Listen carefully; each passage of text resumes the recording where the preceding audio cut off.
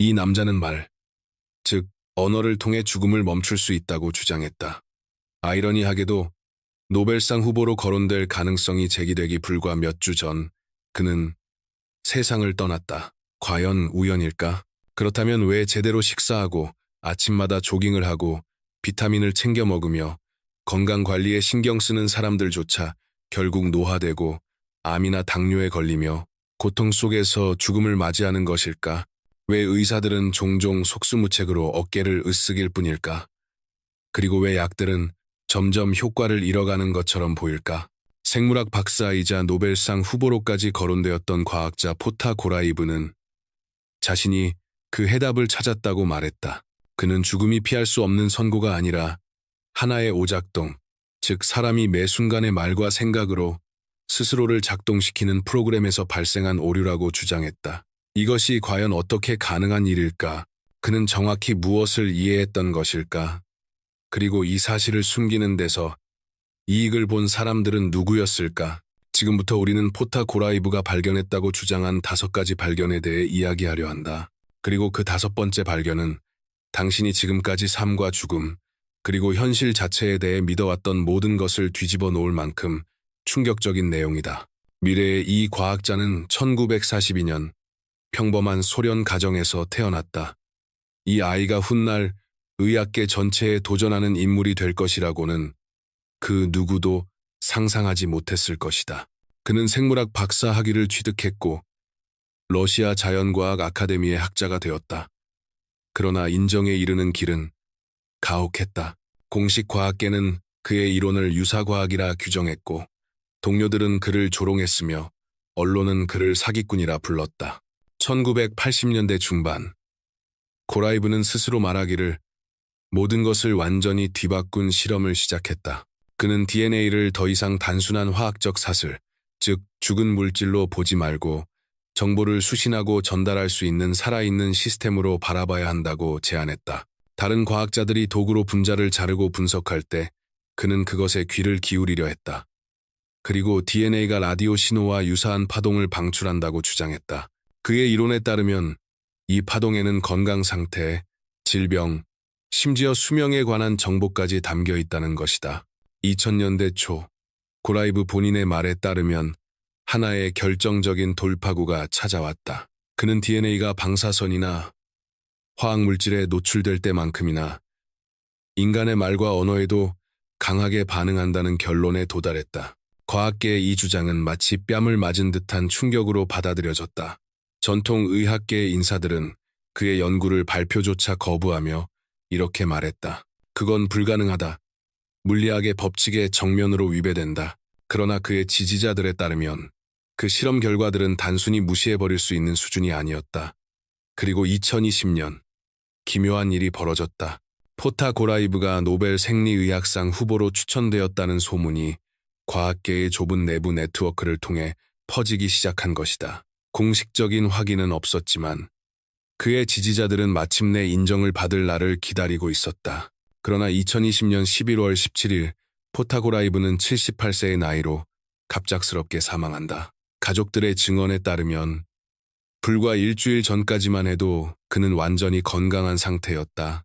가족은 사인을 심장마비로 설명했고 의사들도 이를 확인했다. 하지만 의문은 사라지지 않는다. 삶과 죽음의 본질을 40년 넘게 연구해온 사람이 어떻게 이렇게 갑자기 세상을 떠날 수 있었을까? 왜 하필이면 세계적인 인정을 받을지도 모르는 바로 그 시점이었을까? 그를 침묵시키는 것으로 이득을 본 사람은 누구였을까? 그리고 수조 달러 규모의 제약 산업을 위협할 만큼 그는 과연 무엇을 발견했던 것일까? 그의 제자들에 따르면 고라이브는 죽기 전 마지막 순간까지도 가장 중요한 것을 전수하는데 성공했다고 한다. 바로 5가지 핵심 발견에 대한 정보였다. 그들 말에 따르면 이 정보는 그것을 듣는 사람의 삶 자체를 바꿔놓을 수 있는 힘을 지니고 있다. 오늘 당신은 그 발견들에 대해 알게 될 것이다. 하지만 그에 앞서 피가 얼어붙는 듯한 하나의 사실이 먼저 등장한다. 그리고 이것조차 가장 무서운 부분은 아니다.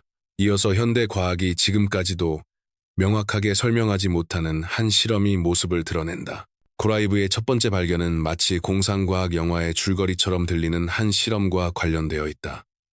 그는 완전히 밀폐된 공간에 인간 DNA 샘플을 넣었다.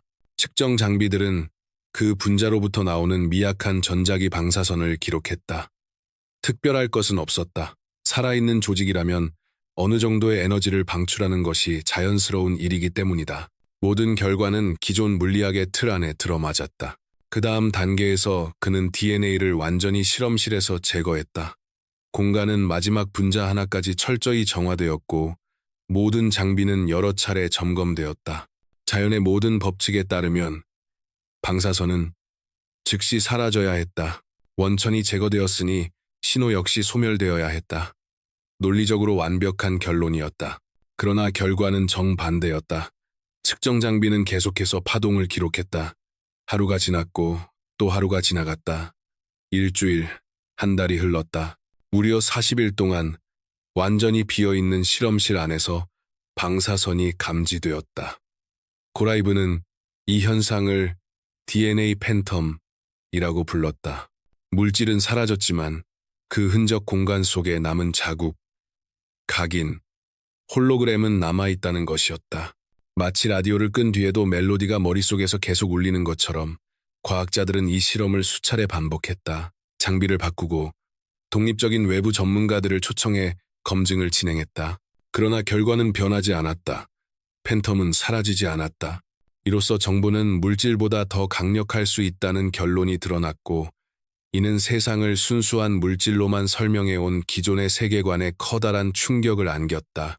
만약 매개체가 파괴된 뒤에도 흔적이 남는다면 정보는 물리적 껍데기와 분리된 채 독립적으로 존재할 수 있다는 의미가 된다. 이로부터 고라이브는 스스로도 혁명적이라 부른 결론에 도달했다. 모든 세포는 공간 속에 파동의 흔적을 남긴다. 모든 DNA 분자는 보이지 않는 자기 자신의 복사본을 만들어낸다. 그리고 그 복사본은 그의 주장에 따르면 세포가 죽은 뒤에도 계속 존재한다는 것이다. 죽음의 순간을 상상해보자. 육체는 붕괴되고 분해되며 결국 사라진다. 그러나 파동의 흔적은 남는다. 그것은 어디로도 가지 않는다. 눈에는 보이지 않지만 수신기만 있다면 포착할 수 있는 라디오 신호처럼 공간 속에 계속 존재한다. 바로 이 지점에서 고라이브는 인간의 내면을 뒤흔드는 질문에 도달한다.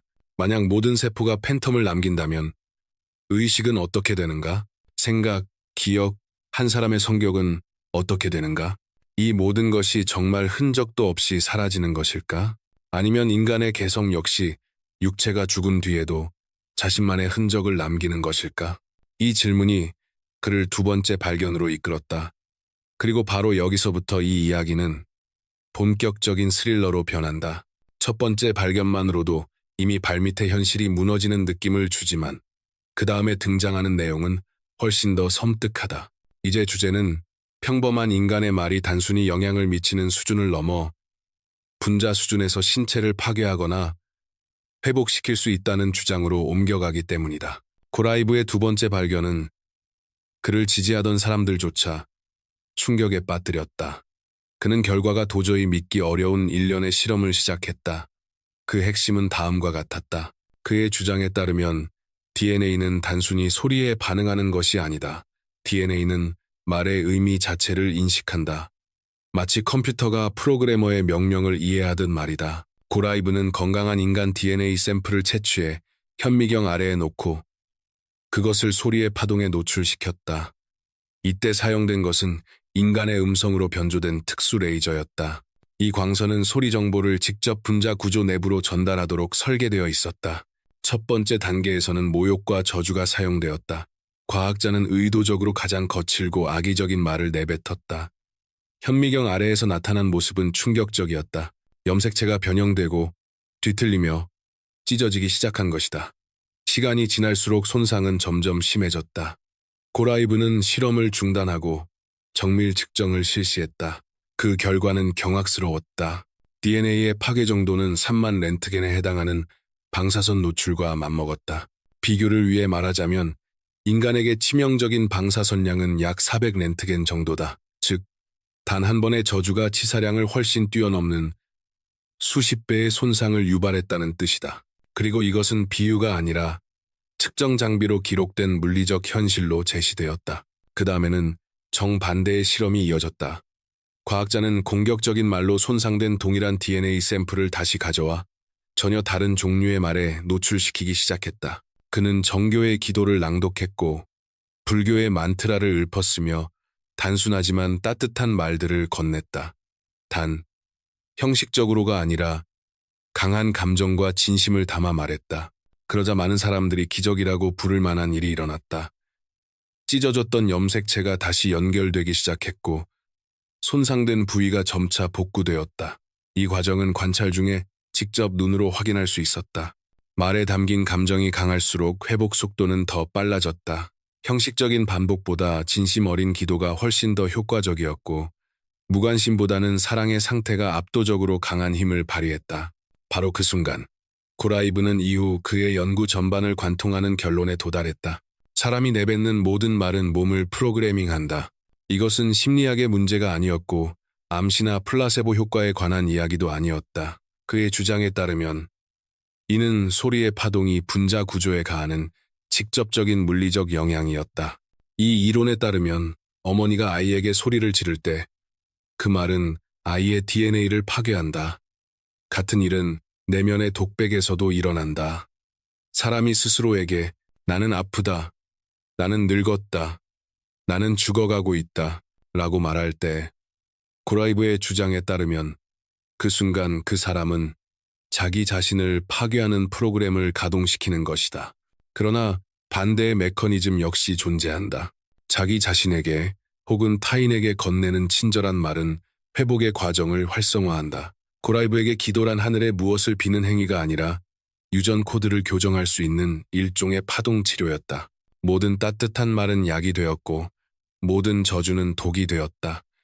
그리고 인간의 몸은 그 모든 것을 빠짐없이 듣고 있다는 것이다. 하루 동안 당신이 마음속으로 혹은 소리내어 얼마나 자주 이런 말을 하는지 떠올려보라. 피곤하다. 머리가 아프다. 견딜 수가 없다. 나는 이걸 감당할 수 없어.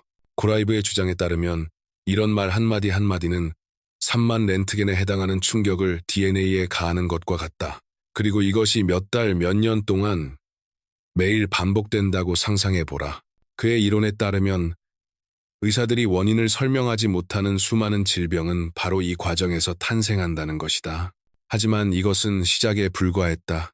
다음 발견은 왜 어떤 사람들은 매우 오래 살면서도 건강을 유지하는 반면 다른 사람들은 치료를 받아도 훨씬 일찍 생을 마감하는지에 대한 의문을 다뤘다. 고라이브의 세 번째 발견은 그가 지구의 단일 정보장의 존재와 연결 지은 개념이었다.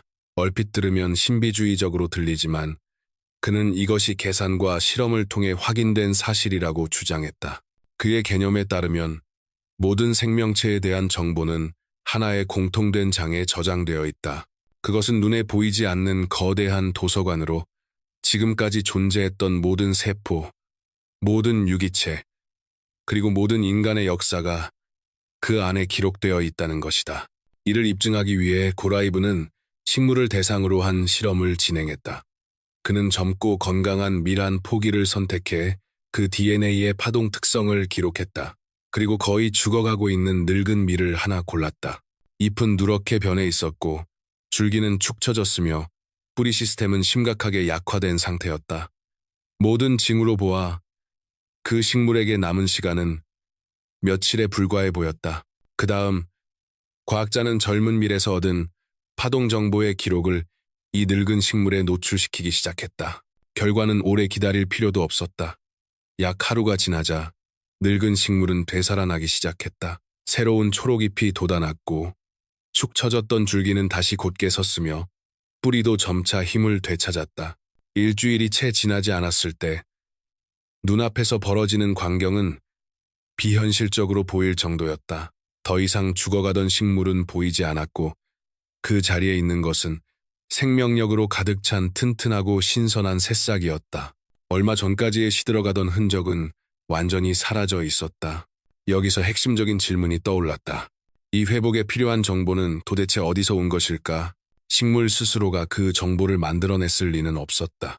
고라이브는 그 근원이 외부에 있다는 결론에 도달했다. 식물은 공통 정보 공간, 즉 단일 정보장에서 데이터를 읽어드리고 있었던 것이다.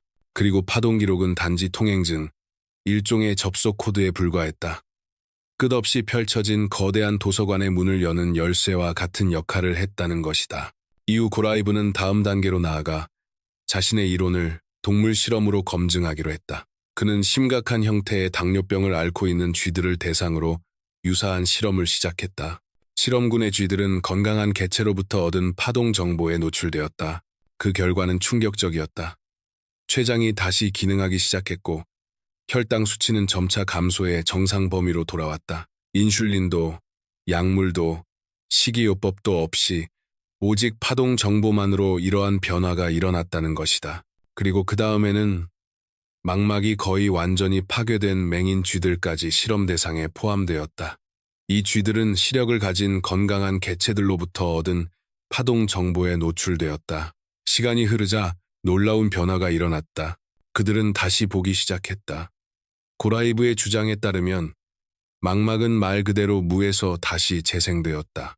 세포들은 마치 어디선가 지시를 전달받은 것처럼 정보장으로부터 건강의 프로그램을 읽어들여 스스로 기능을 재구성한 듯 보였다는 것이다. 바로 그 지점에서 그는 스스로 혁명적이라 부른 결론에 도달했다. 모든 생명체는 하나의 단일한 장으로 연결되어 있다. 이 개념에 따르면 모든 생각, 모든 말, 모든 감정은 공통된 정보의 바닷속의 파동을 만들어낸다. 사람이 분노, 증오, 질투를 느낄 때 그 감정은 주변의 공간을 왜곡한다. 그리고 그 영향은 가까이에 있는 모든 이들의 건강에 작용하며 특히 아이들에게 더 강하게 미친다. 아이들은 그 정보장과의 연결이 훨씬 더 강하기 때문이다. 반대로 사람이 사랑, 기쁨, 감사를 느낄 때는 정반대의 일이 일어난다. 그 감정은 공간을 정화하고 그 영향은 거리와 상관없이 다른 사람들에게까지 퍼져나간다. 고라이브는 바로 이 방식으로 타인을 위한 기도의 힘을 설명했다. 그 사람이 바로 옆거리에 있든 지구 반대편에 있든 상관없다.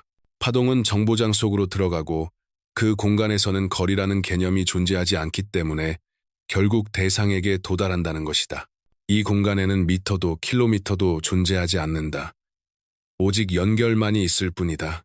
고라이브는 과학이 흔히 신비주의라고 치부해버리는 현상들 역시 같은 원리로 설명했다. 수천 킬로미터 떨어져 있어도 어머니가 아이의 이상을 느끼는 이유는 무엇일까? 그것은 그들이 공통된 장을 통해 연결되어 있기 때문이라는 것이다. 왜 쌍둥이들은 서로의 고통을 느끼는가? 왜 어떤 사람들은 아직 일어나지 않은 사건을 꿈에서 미리 보게 되는가? 고라이브의 이론에 따르면 이 모든 현상은 단일한 정보장으로부터 정보를 읽어드리는 과정이다. 이제 퍼즐이 하나씩 맞춰지는 듯 보인다. 그러나 바로 이 지점에서 가장 위험한 부분이 시작된다. 그의 네 번째 발견은 왜 그가 진정으로 두려움의 대상이 되었는지를 설명해준다. 고라이브는 이론에만 머무르지 않았다. 그는 파동 행렬에 기반한 실질적인 치료 기술을 만들어냈다. 이 기술은 연간 수조 달러 규모의 매출을 올리는 제약 산업의 존립 자체를 위협하는 것이었다. 그 원리는 극도로 단순했다. 젊고 건강한 개체의 DNA가 가진 파동 특성을 기록한 뒤 그것을 환자의 병든 세포에 적용하는 것이다. 그러면 세포는 그 파동을 통해 건강의 프로그램을 읽어드리고 스스로 회복을 시작한다. 화학 약물도 수술도 부작용도 필요하지 않았다. 2000년대 중반 고라이브의 주장에 따르면 그는 공식적으로 등록된 실험을 진행했다. 그는 중증 당뇨병을 앓고 있는 쥐들로 구성된 한 실험군을 선택했다. 이들의 췌장은 거의 인슐린을 생산하지 못하는 상태였다. 인간으로 치면 이는 질병의 말기 단계에 해당하는 수준이었다. 치료가 이루어지지 않았다면 이 동물들은 이 3주 안에 죽을 수밖에 없는 상태였다. 과학자들은 젊고 건강한 쥐의 췌장에서 얻은 파동 행렬을 이들에게 노출시키기 시작했다. 한 번의 세션은 약 20분 정도였고 일주일에 여러 차례 반복되었다. 놀랍게도 불과 며칠 만에 혈당 수치가 내려가기 시작했고 몇 주가 지나자 정상 범위로 돌아왔다. 고라이브의 주장에 따르면 이 쥐들은 당뇨병에서 완전히 회복되었다. 췌장은 다시 인슐린을 생성하는 능력을 되찾았다는 것이다. 이어진 다음 실험은 더욱 믿기 어려운 내용이었다. 고라이브는 완전히 시력을 잃은 쥐들을 대상으로 실험을 진행했다. 이 쥐들의 망막은 선천적인 유전 결함으로 인해 완전히 파괴된 상태였다. 이러한 형태의 실명은 불치병으로 간주된다. 현대의학으로는 진행을 늦출 수 있을 뿐 시력을 되돌릴 수는 없다. 망막 이식은 기술적으로도 불가능하다. 그럼에도 불구하고 그는 건강한 망막에서 얻은 파동 정보를 쥐들의 눈에 노출시키기 시작했다. 변화는 느리지만 꾸준하게 나타났다. 약 2주 정도가 지나자 쥐들은 빛에 반응하기 시작했다. 한 달쯤 후에는 물체를 구분할 수 있었고, 시간이 더 지나자 고라이브의 주장에 따르면 시력이 완전히 회복되었다. 한때 맹인이었던 쥐들이 건강한 개체와 다를 바 없이 다시 보게 되었다는 것이다. 또한 사람을 대상으로 한 치료에 대한 비공식적인 정보도 존재한다. 의사들로부터 한 달밖에 살 수 없다는 선고를 받은 암 환자들이 고라이브의 파동 치료 과정을 받았다는 증언이다. 일부 사례에서는 종양의 크기가 줄어들었고 어떤 경우에는 완전히 사라졌다고 전해진다. 이러한 사례들은 공식적으로 문서화되지 않았다. 기존 의학계가 이 방법을 인정하지 않았기 때문이다. 하지만 그 치료를 직접 경험한 환자들의 증언은 지금도 남아있다. 이제야 왜 이 모든 것이 그토록 위험했는지가 분명해진다. 만약 암, 당뇨병, 실명까지도 빛과 소리로 치료할 수 있다면 왜 수억 원에 달하는 항암 화학요법이 필요한가? 왜 평생 인슐린 주사를 맞아야 하는가? 왜 극도로 복잡하고 위험한 안과 수술이 필요하단 말인가? 그렇게 된다면 제약 기업들은 수조 달러 규모의 시장을 한순간에 잃게 된다. 이 문제는 더 이상 단순한 돈의 문제가 아니었다. 그것은 하나의 시스템, 하나의 제국이었다. 그리고 모든 제국은 언제나 스스로를 보호한다. 고라이브의 연구는 과학학술지에서 받아들여지지 않았다. 그의 기술은 특허기관에서 철저히 외면당했다. 언론은 그에게 사기꾼이라는 낙인을 찍었다. 그리고 그 모든 것이 충분하지 않았을 때 결국 다음과 같은 일이 벌어졌다. 노벨상 후보로 거론될 가능성이 제기되기 불과 몇 주 전, 그는 갑작스럽게 사망한다. 쌓이는 심장마비, 향년 78세, 질병을 예방하는 방법을 알고 있다고 주장했던 바로 그 사람이었다. 그리고 이제 집중해야 할 순간이다. 지금부터 나오는 내용이야말로 사람들이 이 영상을 끝까지 보게 되는 이유다. 그의 제자들에 따르면 고라이브는 죽기 직전 가장 중요한 정보를 전수하는 데 성공했다. 바로 5번째이자 가장 급진적인 발견, 그것은 죽음의 본질 자체에 관한 것이었다. 그는 이렇게 말했다. 일반적으로 이해되는 의미에서의 죽음은 존재하지 않는다. 우리가 죽음이라고 부르는 것은 단지 하나의 오작동, 하나의 프로그램 오류일 뿐이다. 그에 따르면 인간은 태어나는 순간부터 자신의 몸에 하나의 코드를 서서히 써내려간다. 이 개념을 설명하기 위해 고라이브는 매우 단순한 비유를 사용했다. 인간의 몸을 하나의 수신기라고 상상해보라는 것이다.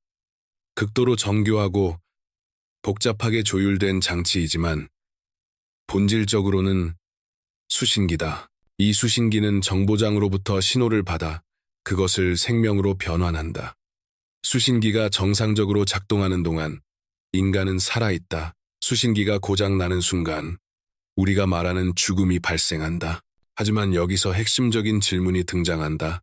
그렇다면 신호 자체는 어떻게 되는가? 이 수신기가 받아들이고 있던 파동은 어디로 가는가? 고라이브의 대답은 단호했다. 그 신호는 어디에도 사라지지 않는다. 라디오 수신기가 고장나도 전파 자체는 계속 존재하는 것과 똑같다는 것이다. 그의 주장에 따르면 의식은 육체의 죽음과 함께 사라지지 않는다. 그것은 정보장 속에 남는다.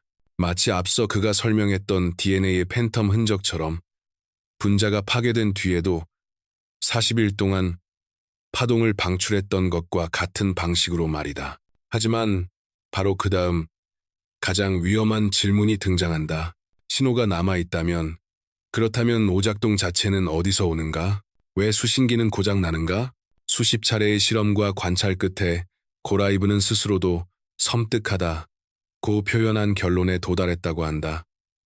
인간은 우연히 죽는 것이 아니라는 것이다. 사람은 한 걸음씩 스스로 그 과정을 만들어간다. 우리는 자기 자신의 죽음을 프로그래밍한다는 주장이다.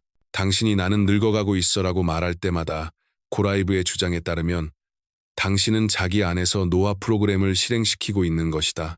나는 아프다라는 말은 질병을 향한 명령이 되고 나는 죽을 거야 라는 생각은 죽음을 향한 지시가 된다. 이것은 비유도 철학도 아니다. 이 개념 안에서는 구체적인 물리 과정이라고 그는 말한다. 어떤 말이든 소리의 파동을 만들어낸다. 그 파동은 DNA에 영향을 주고 DNA는 전달받은 정보에 맞춰 자신의 구조를 재편한다. 그 신호가 파괴적이면 구조는 무너지고 건설적이면 회복이 활성화된다. 고라이브는 특히 죽음에 대한 공포가 모든 파괴적 프로그램 중에서 가장 강력하다고 강조했다. 사람은 죽는 것이 두렵다.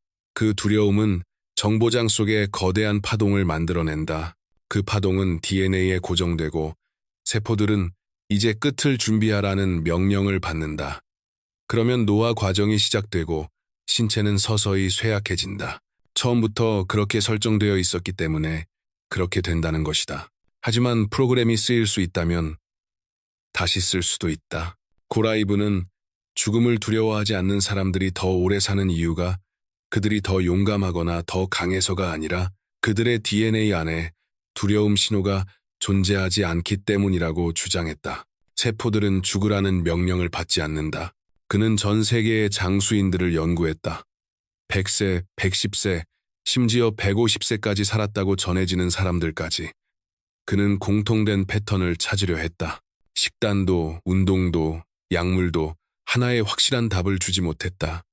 그들을 하나로 묶는 단 하나의 공통점이 있었다. 바로 죽음을 대하는 태도였다. 그들은 죽음을 재앙으로 받아들이지 않았다. 그들에게 죽음은 또 다른 상태로 넘어가는 자연스러운 전환이었다. 고라이브는 이러한 결론을 자신의 마지막 저작에 기록했다. 그는 인간이란 존재는 정보장 속에서 자기만의 멜로디가 울리는 동안 존재한다고 썼다. 육체의 죽음은 인격의 끝이 아니다. 그것은 존재 방식의 변화일 뿐이다. 물질적인 상태에서 파동의 상태로, 보이는 세계에서 보이지 않는 세계로 옮겨가는 것이다. 그러나 한 사람에 대한 정보는 사라지지 않는다. 그것은 영원히 남는다. 그는 이 개념으로 환생 현상도 설명했다. 전생을 기억한다고 말하는 아이들에 대해 이 논리 안에서는 그들이 무언가를 꾸며내는 것이 아니다. 그들은 지금까지 살아온 모든 존재의 기억이 저장된 정보장으로부터 데이터를 읽어드리고 있을 뿐이라는 것이다. 당신이 내뱉는 모든 말, 모든 행동, 모든 생각은 이미 이 공간에 기록된다. 그리고 그것은 다른 사람들, 미래 세대, 심지어 현실의 구조 자체에까지 영향을 미친다. 죽기 직전 고라이브는 제자들에게 이렇게 말했다고 전해진다. 만약 자신에게 무슨 일이 생기더라도 아무것도 바뀌지 않을 것이라고. 정보는 이미 존재하며 파괴될 수 없다. 다만 받아들일 것인지 거부할 것인지의 문제일 뿐이라는 것이다. 그리고 일주일 후 그는 세상을 떠났다. 그러나 그의 말은 남았고 그의 발견도 남았다. 그리고 이제 당신은 그가 알고 있던 것을 알게 되었다. 이제 이론은 충분하다. 실천으로 넘어가자. 지금부터는 당신이 오늘 당장 적용할 수 있는 구체적인 단계들이다. 첫 번째 규칙, 파괴적인 표현을 즉시 말해서 제거하라. 나는 피곤하다. 나는 아프다. 나는 늙고 있다. 나는 성공하지 못할 거야. 나는 이걸 감당할 수 없어. 이 모든 문장은 그의 이론에 따르면 DNA에 내려지는 파괴 명령이다. 이제 그것들을 정반대의 말로 바꿔라. 나는 에너지가 넘친다. 내 몸은 건강하다. 나는 날마다 더 젊어지고 있다. 모든 일이 잘 풀린다. 나는 이 일을 해낼 수 있다. 두 번째 규칙, 자기 자신에게 친절한 말을 소리내어 하라. 매일 아침 거울 앞에 서서 자신의 눈을 바라보며 이렇게 말하라. 나는 너를 사랑해. 너는 아름다워. 너는 건강해. 너는 강해. 이것은 자기 암시가 아니다. 이 개념 안에서 이는 소리를 통해 유전 코드를 직접 재프로그래밍하는 행위다. 세 번째 규칙, 기도나 확언을 진심을 담아 사용하라. 무엇을 믿는지는 중요하지 않다. 중요한 것은 진정성과 감정의 밀도다. 고라이브에게 기도란 회복을 응축한 집중된 파동이었다. 그것은 정보장으로 들어가며 여러 배로 증폭되어 되돌아온다. 네 번째 규칙, 욕설과 저주를 완전히 제거하라. 특히 자기 자신과 사랑하는 사람들을 향한 말에서부터 없애야 한다. 3만 렌트겐이라는 수치를 기억하라. 고라이브에 따르면 무례한 말 한마디 한마디가 바로 그 정도의 충격을 신체의 세포에 가한다. 이것은 과장이 아니라 기록된 사실로 제시되었다. 다섯 번째 규칙, 죽음을 두려워하지 말라. 육체와 함께 당신이 사라지는 것이 아니라는 사실을 이해하라. 의식은 정보장으로 전이되며 그 안에서 계속 존재한다. 죽음에 대한 공포는 가능한 모든 프로그램 중 가장 파괴적인 프로그램이다. 그것을 제거하라. 이 개념에 따르면 그렇게 할 때 수명은 연장된다. 그렇다면 지금 당신의 내면에서는 어떤 음악이 흐르고 있는가? 장송곡인가? 아니면 삶의 찬가인가? 고라이브는 선택은 언제나 개인에게 남아있다고 말했다. 말 한마디, 생각 하나, 감정 하나하나로 당신은 자신의 현실을 구성하는 코드를 쓰고 있다. 이 규칙들을 단 일주일, 단 7일만이라도 실천해보라. 그러면 당신은 몸에서, 상태에서, 그리고 삶 자체에서의 변화를 느끼게 될 것이다. 그리고 다음 영상에서는 진실을 말했다는 이유로 침묵을 강요당했다고 전해지는 다른 과학자들에 대해 이야기할 것이다.